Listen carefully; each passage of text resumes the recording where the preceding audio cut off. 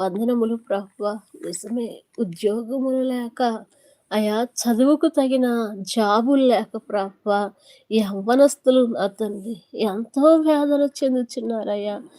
ఏ పని చేయాలో అయా తోచక, అయా ఏ పని లేక ప్రభువా వ్యర్థముగా ఉన్నారు కనుక, అయా మా స్థితి ఇంతేనా?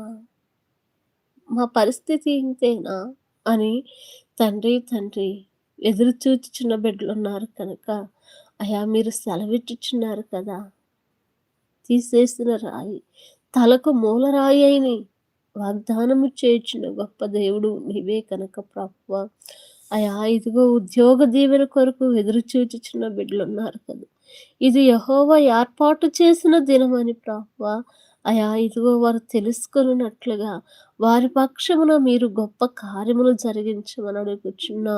అయా మూలకు తలరాయిగా చేయమని అడుగుచున్నా తండ్రి. నీకు స్తోత్రములు గొప్ప తండ్రి. నీ